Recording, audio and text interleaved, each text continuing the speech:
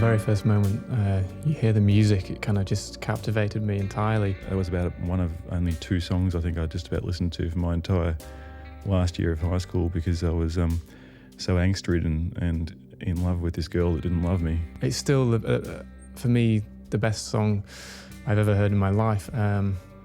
It's one I listen to all the time, have as my ringtone. Well, Do You Love Me would have been a song, Nick would have had that, he'd written that on the piano, I think, and he had the little da-da-da-da, would have had that piano thing, and, just got thrown to the group to play as so many of those things do, and in more recent times, Marty just started playing the bass line, and there you go, it started sounding really good. Yeah, I love playing bass. I am ripping Martin Casey off at every opportunity I get. Susie Quattro said, the guitar's for the head, drums are for the feet, and bass is right between the legs. Yeah. In fact, that's what inspired me to pick up the bass in the first place. I remember that I, at that point, have incorporated a noise gate into my guitar setup, which I had triggered usually by the snare drum. That means I had a microphone at the snare drum that would go into that object called the noise gate, and by the signal coming from the snare drum, the noise gate would open up or close, permitting the signal of my guitar to pass through or not. So I would be able to go bang. That would be sounding like without the noise gate. But there's a snare drum going tuck, tuck, tuck, tuck. And so the bang would not sound bang, but it would actually sound buck, buck, buck, buck. Not buck like the snare drum, but it would actually sound bang, bang, bang, bang, bang in the beat of the snare drum. I don't think many rock bands know how to be sparse with a guitar. It's something that I think Blixer was particularly good at knowing when not to play and when to play. It's still the same thing, trying to play guitar like waiting for the bus. I would really love to just go,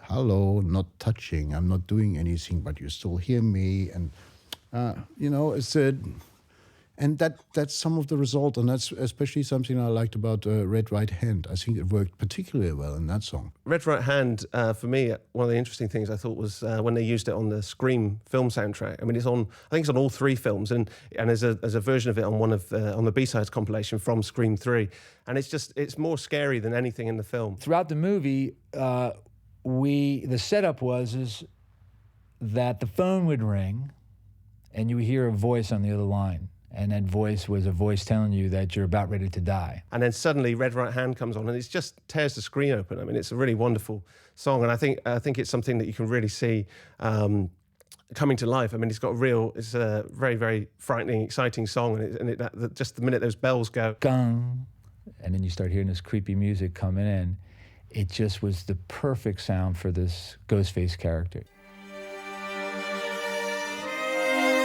The song that really got me into that album was Where the Wild Roses Grow with Kylie. That song's amazing because in the beginning of that song, they're going back and forth and he's telling this like kind of like a love, it's definitely a love song, and you've got the girl telling, on the first day, on the second day, and it goes on, and then the third day, he smashes her head with a rock. The idea of getting on Top of the Pops, singing this song about bashing in someone's head and then nobody caring, everybody thinking it was brilliant, was a real change in the reception of Cave's music, I think.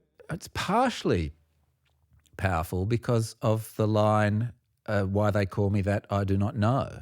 She seems to know everything else that happens to her. Why doesn't she know this bit about her afterlife? There's something really powerful in that seeming illogic there. I didn't realize it was Kylie Minogue with him, which I kind of was, which I was like basically my favorite singer when I was like 11.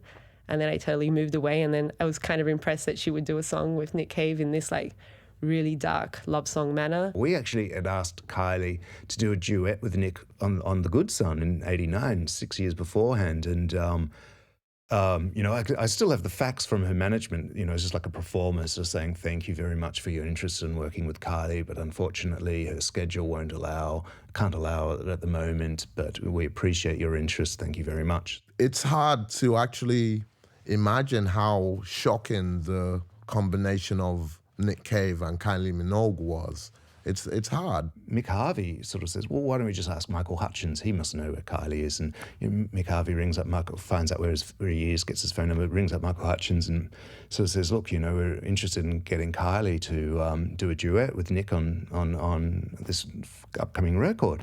And Michael Hutchins is going, oh, that bitch, I want to do the duet. Why does she get a duet? That's just so unfair. I can't believe it. And, pretty abrupt. And then he's just going, oh, look, here she is anyway, and just passes the phone to her. She was like sitting right next to him. I volunteered in doing the female part for Where the White Roses Grow. Blix has got a really deep voice, very, very German.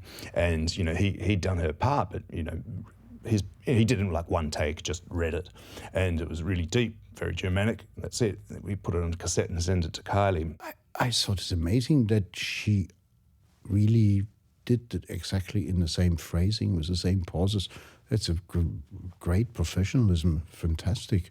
Because my phrasing is odd, and she did repeat the same odd phrasing. It was a separate session that we did for her vocals. We, one morning in a different studio, we'd already recorded the bulk of the songs in a different studio. But, basically, the band would always turn up late to the other sessions and, unshaven, hungover, whatever, and eventually it'd get going.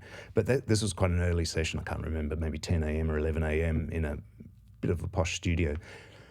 Turn up in the morning, and there they all were, all the band, all really well dressed, totally on time, sitting on the sofa, and it's like, oh, what are you guys doing here? I don't believe in an interventionist God. It's one of my favourite first lines on an album ever. It is absolutely devastating.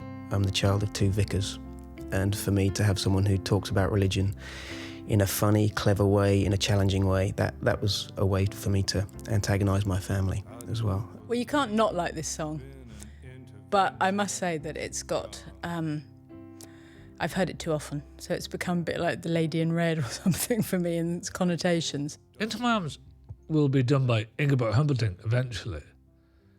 It's that kind of good a song. I think if you're a songwriter, it's the pinnacle of the art. It wouldn't surprise me if next year X Factor's Christmas song is Into My Arms.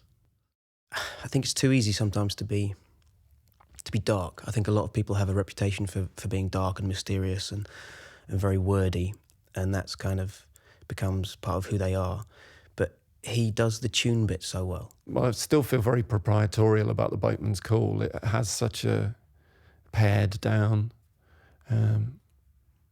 probably deceptively simple approach. But that sound, I mean, you only have to say the title and you think of Nick on the cover in monochrome against the bricks. I mean, I think about that photo a lot because I always feel like a great photo makes you wish that you were there when the photo was taken. Anton has always been great at making the right combination with an image that fits with the artist and what the artist is trying to deliver in their style and in their creation. What I love about the Anton Corbijn photo is that it's one of the few brick wall photos that are allowed to exist in the world. There's sort of like no train tracks, no brick walls. Bob Dylan got the train tracks and no one else can do it again. And I think Nick got the brick wall. And no more shall we when I think of a song like No More Shall We Part, there's a kind of one of my favorite songs he ever wrote. And kind of for very personal reasons that has such resonance for me.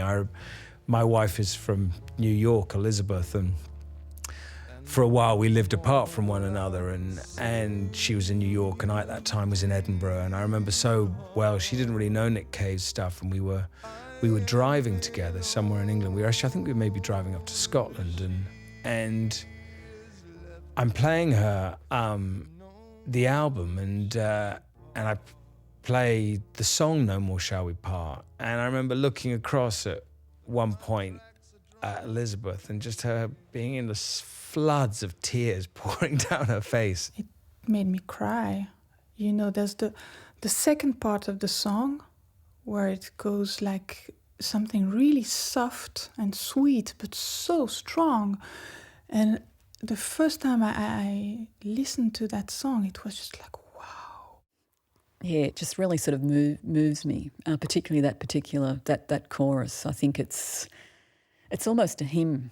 It's his wedding song, really, which it was really touching, I think. It's like a kind of tranquilizing dart. I just want to sit there and then hear, and no more shall we, and then it hits me, you know. And the music is so, complements the words so perfectly. Warren's violin is fantastic on that song. I thought it added just like a really sort of, haunting and beautiful element to all those songs. His playing is always on the edge.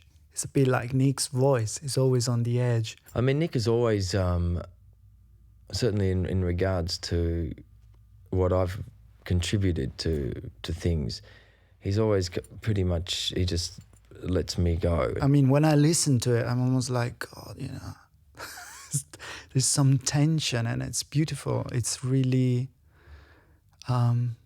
alive. Do you